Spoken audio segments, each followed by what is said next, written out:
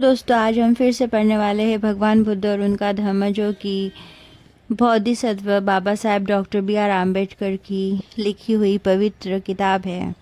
तो आज हम देखेंगे कि नए बोधि प्रकाश के लिए पीपल वृक्ष के नीचे संकल्प और ध्यान। संकल्प और आशा के साथ वह उर्वेला को छोड़कर चौड़े मार्ग पर चलते हुए गया की ओर बढ़े। वहाँ उन्होंने एक पीपल का वृक्ष देखा। उस समय घास लेकर सामने से आते हुए श्रोत्रिय नाम घास काटने वाले ने महापुरुष को 8 मुट्ठी कुछ घास दी।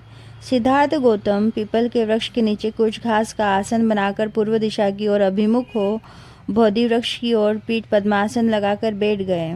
गौतम ने बोधि प्राप्त करने का दृढ़ संकल्प करके स्वयं से कहा, चाहे मेरी चमड़ी नसें हड्डियाँ ही क्यों न बाकी रह जाए और शरीर में मांस रक्त क्यों न सूख जाए, तो भी सम्यक संबोधि को प्राप्त किए बिना इस आसन को नहीं छोड़ूंगा। ध्यान साधना के समय के लिए गौतम ने इतनी मात्रा में भोजन इकट्ठा करके रख लिया जो 7 सप्ताह के लिए पर्याप्त था। 7 सप्ताह मतलब 49 दिन।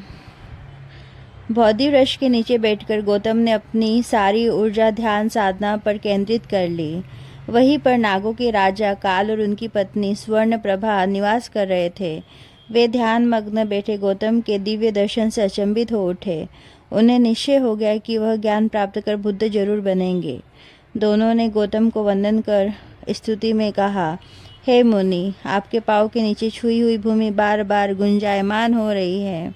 आप सूर्य के समान तेज व प्रकाशवान हो, इसलिए आप निश्चय ही बुद्ध होंगे। आकाश में उड़ने वाले पक्षी आपको नमस्कार कर रहे हैं। मंद मंद मलय पवन बह रही है, इसलिए है कमल सी आंखों वाले बोधिसत्व, आपका संकल्प जरूर पूरा होगा। जब सिद्धार्थ दृढ़ संकल्प लेकर ध्यान साधना में बैठे तो मन के विकारों, बुरे विचारों, बुरी प्रवृत्तियों, बुरी चेतनाओं ने सामूहिक रूप से घेर कर मानो हमला कर दिया, जिन्हें मार या काम कहा गया है। मन में पैदा हो रही कामदेव या मारदेव की सेना रूपी तृष्णाओं ने सोचा कि सिद्धार्थ ध्यान साधना से उनके कब्जे या अधिकार से बाहर निकलना चाहता है। सिद्धार्थ मार के अधिकारों पर हमला करने के लिए तैयार है, ऐसा वह सहन नहीं करेगा। मारदेव पुत्र ने अपनी पूरी सेना को खबर कर महायुद्ध की घोषणा कर दी। गिरी मेखला नामक हाथी पर सवार होकर मारदेव अपनी विशाल सेना के साथ सिद्धार्थ पर आक्रमण के लिए आगे बढ़ने लगी। सिद्धार्थ को ये चिंता होने लगी कि कहीं मार सेना युद्ध में उन्हें हरा न दे, कहीं उनके संकल्प को नाकामयाब न कर दे। वो जानते थे कि मन की इन बुरी प्रवृत्तियों के साथ युद्ध में बहुत से ऋषि मुनि व सम्राट भी हार गए थे। इसलिए सिद्धार्थ ने दृढ़ता और साहस के साथ मार को कहा, मुझ में समर्पण, संकल्प और प्रज्ञा है। हे मार, तू मुझे हरा नहीं सकता, मेरे दृढ़ संकल्प से नहीं डिगा सकता। तुझसे हार कर जीने की बजाय मर जाना ही मेरे लिए उचित होगा।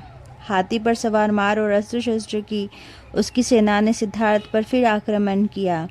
तेज तूफान चलवाए, आकाश को काले बादलों से पाट दिया और घनघोर वर्षा हो गई। चारों ओर अंधेरा छा गया, वातावरण काफ़ी डरावना हो गया।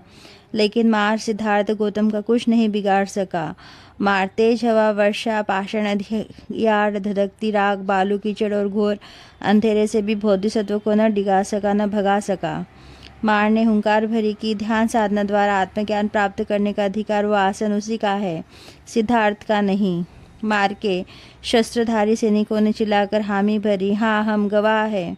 मार ने सिद्धार्थ को ललकारा कि वह आसन से उठ जाए, क्योंकि उसकी इस आसन के योग्य होने का कोई गवाह नहीं है। सिद्धार्थ बोले, मेरे पास कोई जीव साक्षी नहीं है, यह पृथ्वी गवाह है, यह मेरी दान पारमिता की गवाह है। ऐसा कहकर सिद्धार्थ ने अपने दाहिने हाथ से पृथ्वी को स्पर्श करते हुए कहा, क्या आप मेरे महादान की साक्षी हो? पृथ्वी ने गुंजायन होकर कहा, हाँ, मैं आपकी गवाह हूँ।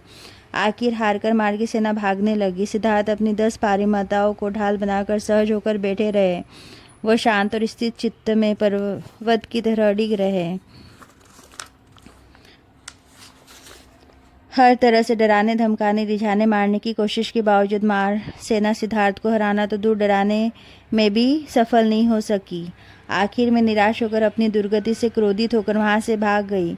सिद्धार्थ ने सूर्यास्त होने से पहले ही मार और उसकी पूरी सेना को हरा दिया।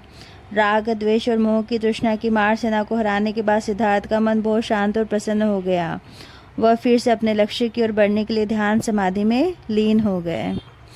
सो फ्रेंड्स, आज तक के वीडियो में इतना ही। नेक्स्ट वीडियो में हम आगे का पढ़ेंगे।